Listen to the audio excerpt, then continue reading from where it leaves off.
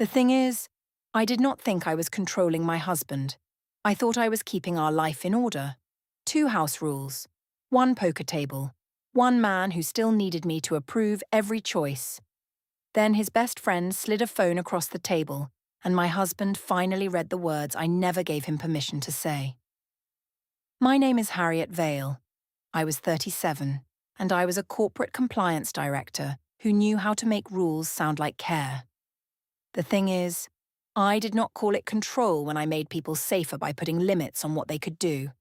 2 signatures, 1 policy binder, no reason to think my marriage worked any differently.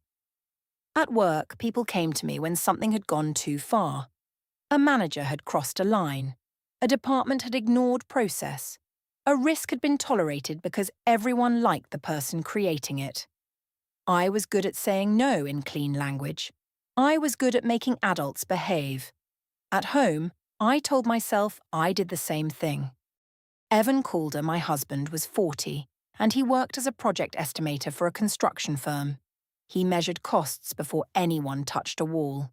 He checked details, caught mistakes, and made quiet things stable. That was how he loved me too. Coffee before early audits, my phone charged before travel days, a spare umbrella in my car because I always forgot weather existed until it touched my hair. Years before, I liked that. On Sundays, he cooked dinner while I set the table, and we ate near the window with the cheap lamp on because the overhead light made everything look tired. He used a red kitchen timer for the roast, and when it rang, he would hold up both hands like he had saved us from disaster. I used to laugh and kiss his cheek. Of course, small things do not stay small when a person starts reading them wrong. 3 years into marriage, Evan forgot 1 utility payment during a week when my company was being audited. The light bill was not even late enough to matter. Still, I told Kira at work that my husband needed supervision like a trainee. Kira laughed and said some men were basically children with wedding rings. I repeated it later. Then again, a joke becomes furniture if nobody moves it. That evening, Evan stood in our hallway with the red timer in one hand and asked softly if something had changed between us. He did not accuse me. He did not raise his voice. He asked like someone trying not to scare the answer away. What he meant was that he missed respect. What I heard was that he wanted me to manage his feelings too. I told him nothing had changed. I said he was being sensitive because I had standards. Then I took the timer from his hand and set it back on the counter. Later, Kira texted that Evan had little boy energy. I smiled before deciding whether that was cruel. Brooke's birthday dinner was at a narrow restaurant with green walls and tables so close that every conversation had edges from someone else's. The room smelled like garlic butter, wet coats, and the lemon spray they used too heavily on the bar. Brooke had asked for a simple night, which meant 12 people, 2 cakes, and Jonah arguing with the waiter about whether sparkling water counted as a bottle charge. Evan sat beside me in the blue sweater I had once said made him look dependable. That word used to be warm. By then, it sounded like a soft chair nobody noticed until they needed to sit down. The thing is, I did not go there planning to humiliate him. I went there tired from work, still carrying a policy meeting in my head. One director had argued with me for an hour about whether approval chains slowed people down. I had told him approval chains existed because people liked freedom until consequences arrived. Everyone in that room had nodded. I had carried that nod home like proof. So when Evan asked the waiter for another drink without checking whether we were staying for dessert, the irritation came fast. 1 menu. 2 glasses. No crime.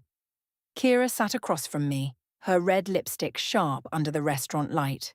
She had brought her husband, but he was at the far end of the table, speaking to Jonah about football, which gave Kira room to be the version of herself she liked better. She asked if Evan was allowed a second drink on a work night. People laughed because the line sounded light. I smiled and said Evan was allowed plenty of things when he asked properly first. Evan looked at me, then at the waiter, and told him the drink was fine. His voice was even, which made my joke feel harmless. That was one of his problems. He could make a cut look like a crease. Brooke did not laugh. She moved one finger around the stem of her glass and looked at Evan's face instead of mine. Kira said every group needed one adult. She raised her glass toward me. I accepted it because it felt like being seen clearly. Not pretty, not soft, clear. Evan's hand rested near his napkin. He folded one corner, then unfolded it. Mason Reed, his best friend, was sitting 2 seats down. Mason had known Evan since before me. He had a calm face and the kind of silence that did not feel weak. When he looked at me that night, he did not look angry. He looked like he was taking inventory. That annoyed me more than anger would have. After dinner, outside near the restaurant awning, rain had made the pavement shine black. Brooke hugged me with one arm and said the cake had been good. Her voice had no real warmth in it. Kira was still laughing about the permission joke while calling a rideshare. Jonah was checking whether he had left his card inside. Evan asked if we could walk home instead of taking a car. He said the air might help. That was Evan. Feelings disguised as weather. We walked 3 blocks before he spoke again.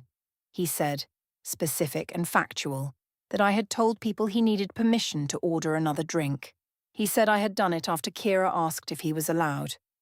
He asked why I wanted him to look like that in front of our friends. One named incident. One real question. The thing is, a question like that should have been easy. I could have said I was embarrassed by how much I liked being laughed with. I could have said I did not know why I needed to make him smaller when he had only asked for a drink. I could have said the joke had gone too far. Instead, I told him everyone joked about marriage. I said he made things heavy because he hated being corrected. Of course I called it corrected, not humiliated. Corrected sounded cleaner.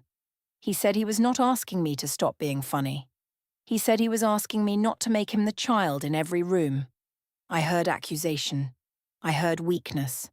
I heard him asking me to soften myself so he could feel taller. At the corner, he stopped walking for 1 second. The streetlight caught the rain on his hair.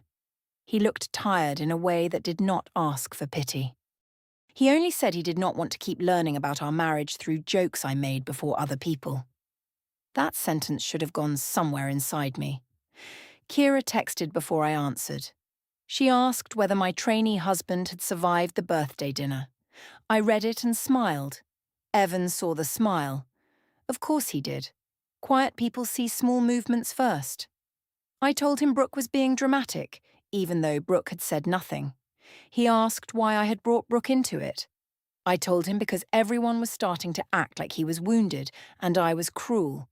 He did not respond fast enough. That pause gave me room to keep going.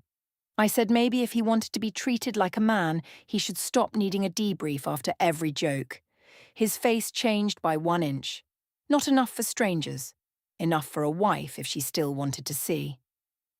When we got home, he placed his keys in the blue ceramic bowl by the door and went to the kitchen. He did not ask if I wanted tea. That was the consequence. Small, like his consequences always were. The next morning, Mason sent him a message. I saw the name light up on Evan's phone while he was in the shower. I did not open it, but the preview showed enough. Mason had asked if that was how it always was. I turned the phone face down before Evan came back. Jonah's barbecue happened 2 Saturdays later, in a backyard that smelled like charcoal, cut grass, and the sweet sauce burning on the edge of a grill pan. The sky was grey but bright, and everyone kept pretending it would not rain because Jonah had bought too much meat and refused to move the party inside. By then, the permission jokes had become part of our group language. They lived in texts, in quick comments, in the way people looked at me before asking Evan anything. I told myself it was harmless because Evan never made a scene. The thing is, silence can make a person believe they are getting away with kindness. 2 folding chairs, 1 cooler, no warning I wanted to read. Kira arrived with canned cocktails and kissed my cheek. She asked if I had brought my boy, or if he had wandered off without a note from home. I told her not to start, but my mouth had already shaped itself into a smile. Brooke heard it from the patio table. She turned away and began stacking paper plates that did not need stacking. Mason was near the grill with Jonah, but his eyes moved toward Evan. Evan had brought the red kitchen timer because Jonah had asked him to help with the ribs. The timer looked silly in his hand, round and bright against the dark grill. It had always belonged to our kitchen. In that yard with men holding beer bottles and women laughing near the fence, it looked like a prop from the version of our marriage I kept performing. Evan set the timer and told Jonah the ribs needed 20 more minutes. Jonah thanked him. Simple. Adult. Nothing about it needed me. That bothered me before I named it. Later, when Evan said we should leave before the rain got heavy because I had an early review meeting Monday, I heard him making himself useful again. I heard him trying to manage the night without permission from the person who knew how nights should end. Kira asked if Dad had spoken. Someone laughed. I said Evan was adorable when he pretended to make decisions. I said he had the confidence of a boy wearing his father's jacket. I said he liked house rules because rules gave him something to hide behind. The laughter came unevenly. Kira laughed first, but even she looked at Brooke before laughing again. Jonah smiled with his lips closed. Brooke stopped touching the plates. Mason put down the tongs. Evan stood beside the grill with the red timer in his palm. He did not defend himself. He did not correct me. He only looked at the timer as if it had become heavier. Mason asked whether I ever let Evan answer for himself. It was not loud. That made it worse. Quiet questions invite other people to listen. The thing is, I could have stepped back. I could have turned it into a smaller joke. I could have said Mason was right and handed Evan the room for once. Instead, I heard challenge. I heard a man who was not my husband stepping into a house rule he did not understand. My father had been charming with men like Mason. He had laughed outside, spent money, ignored bills, and left my mother to hold the walls up with both hands. My mother always said that if a woman gave men too much room, they would turn the house into a place she had to beg to enter. So I smiled at Mason and said Evan could answer when I gave him permission to speak. No one laughed that time. The sound in the yard changed. The grill hissed because sauce had dripped onto charcoal. A child from the next yard shouted at a dog. Somewhere near the table, a can rolled on the concrete. Evan turned the timer once in his hand. His thumb moved over the dial. He looked at me, then at Mason, then back at the grill. He told Jonah the ribs would burn if someone did not turn them. That was his answer. Food. Task. Heat managed before it became damage. I decided his calm meant he knew I was right. After the barbecue, Evan drove home with both hands on the wheel. The red timer sat in the cup holder between us. I kept looking at it because it looked wrong there, a kitchen object in the car, bright and stupid and present. He did not speak until we turned onto our street. He said, in a quiet debrief that made the quiet feel like the point, that I had told Mason he needed my permission to speak. He said I had said it in front of people who had known him for years. He asked if I understood what that made him look like. I told him it made him look married to a woman with a backbone. He said it made him look trapped. That word entered the car and took up more space than either of us. For a second, my mouth did not move. The windshield wipers dragged water across the glass. The red timer clicked once because the dial had not fully returned. I looked at Evan's hands on the steering wheel and saw how still they were. Not weak, not childish. Still. A door opened in me just enough for one clean thought. I had not been keeping him in line. I had been showing everyone where I kept him. The thought was so plain that it almost embarrassed me. Then I closed the door. I told myself he had chosen that word because he wanted to punish me. I told myself men called women controlling when women stopped letting them drift. I reached for the timer and twisted it back to 0. Of course, that fixed the sound. It did not fix the car. When we got home, Mason did not say goodbye to me in the group chat. He sent one message thanking Jonah for hosting, then nothing else. Kira posted a laughing emoji 6 minutes later, but not under my joke. Brooke did not respond at all. Evan carried the timer inside and placed it on the hallway console instead of the kitchen counter. I asked why he put it there. He said he wanted to remember something. The week before poker night, our house smelled like laundry detergent and the chicken soup Evan made when he was trying not to start a fight. The red timer still sat on the hallway console beside the key bowl. I had moved it twice. Evan moved it back both times. The thing is, I knew that was childish. Not from him. From me. 2 moves. 1 object. No reason to care unless the object had started telling the truth. On Monday, I came home late from work and found Evan at the dining table with his laptop open. He had a list in front of him. Beer, cards, pizza, chips, ice. He closed the laptop halfway when I walked in, not fast enough to be guilty, only careful enough to irritate me. He said Mason, Jonah, and 2 men from work were coming Friday after work for poker. I asked when he had planned to clear that with me. He looked at me for a long second. Then he said he was telling me now. I said telling me was not asking me. Of course, I heard myself sound like a manager in my own dining room, but the sound still felt correct. A home needed process. People could not simply appear with beer and shoes and noise because Evan wanted one evening where nobody measured him. He said that was exactly what he wanted. 1 sentence. 1 chair. No easy way to laugh. He told me he wanted one night where he did not feel managed. He said he wanted friends in his home without waiting for my face to approve the room first. He did not say it angrily. That was the part that slipped under my skin. Anger would have given me a wall to push against. Sadness only stood there. What he meant was that he wanted room to be a man among people who still saw him that way. What I heard was rebellion. I told him he could have his poker night. I said I was not unreasonable. I said it could run until 9 because I had an early morning and because adults respected limits. He looked toward the hallway. The red timer sat there, visible from the dining room. His eyes stayed on it too long. He said I was doing it again. I asked what exactly I was doing. He said I was turning permission into love and calling it order. He said the jokes, the drinks, the barbecue, the way I answered for him, the way I made every plan pass through me first. He said it was not one incident anymore. It was the pattern.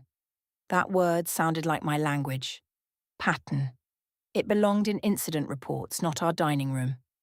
I told him patterns existed because behaviors repeated.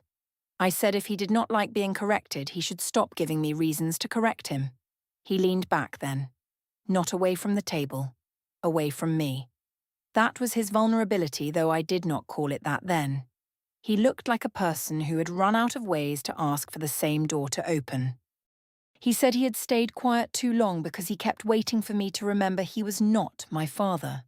The sentence should have stopped me. Instead, I heard my childhood being used against me. I stood and carried my plate to the sink with half the soup still in it. I told him not to dress up his insecurity as insight.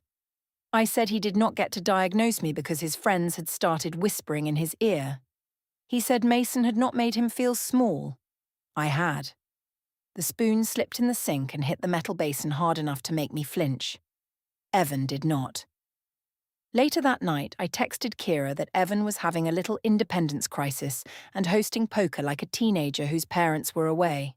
She responded with laughing faces first. Then, after a few minutes, she wrote that maybe I should let him have one night and not make it a whole thing. I stared at that message longer than I wanted to. Kira had always met me where I was sharp. If she was softening, then the room around me was changing faster than I liked. By Thursday, I changed tactics. I told Evan I was glad he was seeing friends. I said I knew I could be intense because I carried responsibility all day. I even touched his arm while saying it. A controlled kindness. A clean, partial truth. He thanked me, but he did not soften. I said I only wanted the night to end at 9. He said he had heard me. Not agreed. Heard. That was the quiet action that should have warned me.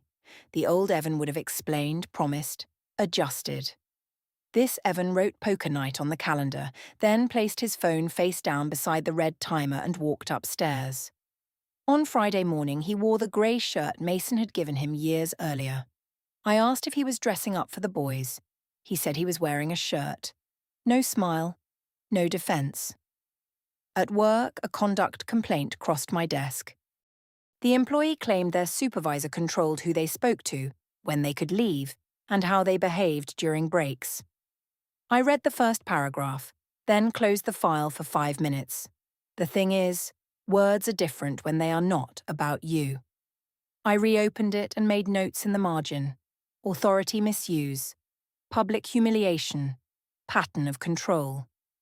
Then I approved the next investigation step and told myself my marriage was not a workplace. That evening, Evan texted that the game was still on. He did not ask if that was okay.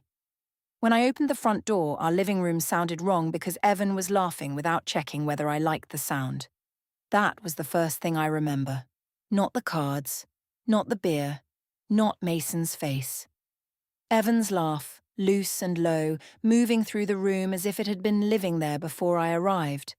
The house smelled like pizza boxes, cold beer, and the cheap smoky chips Jonah always brought even though nobody liked them. The coffee table had been moved aside. A folding poker table sat in the middle of the room, green felt under cards and coins and half-empty bottles.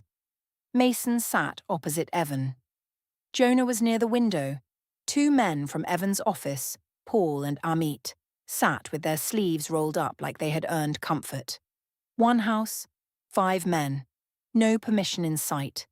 The thing is, I did not decide to be cruel. I decided to restore order. That was how I said it to myself while taking off my coat and hanging it slowly, giving the room time to notice I had arrived. Evan looked up. His smile changed, but it did not disappear fully. That irritated me more than fear would have. He said the game was almost through 1 round. He asked how work had been. Work. As if work mattered while my living room had turned into a place where I was just another person entering late. I walked to the hallway console and picked up the red kitchen timer. It was cool in my hand. Familiar. Mine, because I had made myself believe every object in that house answered to me first. Mason watched me before anyone else did. I brought the timer to the poker table and set it down in the middle, between cards and coins. The little red body looked absurd under the ceiling light. Jonah's hand stopped over his bottle. Amit glanced at Paul. Evan looked at the timer, then at me. I turned the dial to 9 o'clock. The click sounded small. It carried. I told them Evan had a 9 p.m. curfew because someone in the house had to be the adult. I said I hoped they had enjoyed their little game, but the night was ending on time. Paul looked down at his cards. Amit cleared his throat. Jonah gave a short laugh that died before it became support. Kira had told me once that confidence was mostly refusing to notice discomfort. So I refused. Jonah asked why they had to leave because I said so and not because Evan said so. The question landed flat on the table. For 1 second, nobody moved. Evan's hand rested near his cards. Mason leaned back, his face unreadable. Of course I could have answered lightly. I could have said the house had thin walls or that I had a meeting. I could have saved him. Instead, I said I decided what Evan did in my house because he did not make adult choices without my permission. I said if he wanted friends over, he needed to ask properly first. Mason asked if I heard myself. I told him I heard myself fine. I said Evan could have friends when he behaved like a husband instead of a boy pretending the house was his clubhouse. Evan's face did not break. That almost made me louder. He said my name once, not a warning. Not a plea. Just Harriet, like he was checking whether I was still inside it. I told him not to perform dignity now. I said he had let me become the loudest person in the marriage because he never fought for his own voice. There it was. The one true thing. He could not refute it. His eyes moved once away from me, then back. Evan had let silence do work it was never built to do. He had let me fill rooms because he hated fighting inside them. He had waited for me to notice pain I had learned to call structure. But truth is not mercy when you use it like a blade. He pushed his chair back a few inches. Mason reached into his pocket, unlocked his phone, and set it on the felt. He did not shove it. He slid it across the table with 2 fingers, slow enough that everyone saw. The screen faced Evan. It was not a video. There was no secret woman, No hotel room, no exposed message from me. For half a breath, that confused me because some ugly part of me had expected proof of something I could fight. Evan looked down. The phone showed a note. I could see the blocks of text reflected faintly on his face, but I could not read all of it from where I stood. Mason had written something for him. Not about me. For him. Mason said Evan could use the words if he wanted. Or not. He said he had written them because Evan always lost his voice when I made the room answer to me. That sentence made the air colder. Evan picked up the phone. His fingers did not shake. I texted Kira under the table edge of my own anger, telling her the poker night had turned into a drama because Mason thought he was a marriage counsellor. The message delivered. Then nothing. No laughing face. No fast agreement. The little read mark appeared, and the space after it stayed empty. Evan read from Mason's phone. He said he was not a child. He said this was his home too. He said he was done asking permission to exist in rooms he helped build. He said tomorrow he would call the number at the bottom. Number. Not name, not explanation. Just a number. I laughed once because laughter was the only thing I had ready. I told him reading from another man's phone did not make him strong. He looked at me then, not at Mason. He said maybe not, but it made him audible. No one came to my side after that. The timer kept ticking. It sounded too loud because nobody wanted to cover it with speech. Mason took his phone back only after Evan finished. Jonah stood and gathered bottles without being asked. Paul and Amit moved carefully, like men leaving a room where they had witnessed something they did not want to carry but already did. At 9:03, the door closed behind the last of them. Evan stayed by the poker table. He did not clear the cards. He did not touch the timer. I told him he had embarrassed me in my own home. He said quietly that I still thought that was the main event. Then he walked upstairs. The silence he left behind did not ask for permission.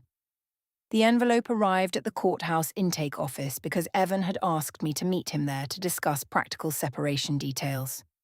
I went because I believed practical meant he had cooled down. The hallway smelled like copier toner and wet wool from people waiting with coats over their arms. Mason stood beside Evan near the check-in window, not touching him, not speaking for him. A clerk called my name and handed me a sealed packet after checking my ID. She said it was a formal petition for dissolution of marriage with temporary financial and housing orders attached. She said the first hearing was scheduled for the 26th of March at 10:30 in courtroom 4B. I signed the receipt. My pen made a hard mark through the last letter of my name. Evan watched my hand, not my face. Inside the packet were statements from Mason, Brooke, and Jonah. Mason described the poker night, the red timer, the 9 p.m. curfew, and the words I had said about Evan needing permission. Brooke described the birthday dinner and the boy jokes. Jonah described the question he had asked at the table and the answer I had given in front of 5 witnesses. I told the clerk there had been context. She looked at the next person in line and said the judge would review submitted facts, not context at the window. That was not cruel. That was worse. It was procedure. Mason did not argue with me. His agenda had always been exit, and by then he was already gone from any room where I could pull him into my version. He drove Evan to the attorney's office after the clerk finished, and Evan went with him without looking back. I stayed in the intake hallway until a security guard asked if I needed directions. After that, daily life became smaller in exact ways. Evan moved into a short-term apartment near Mason's office while the housing order waited for review. Part of our joint savings was restricted until the hearing. Brooke left the group chat, Jonah stopped inviting me anywhere, and Mason blocked my number.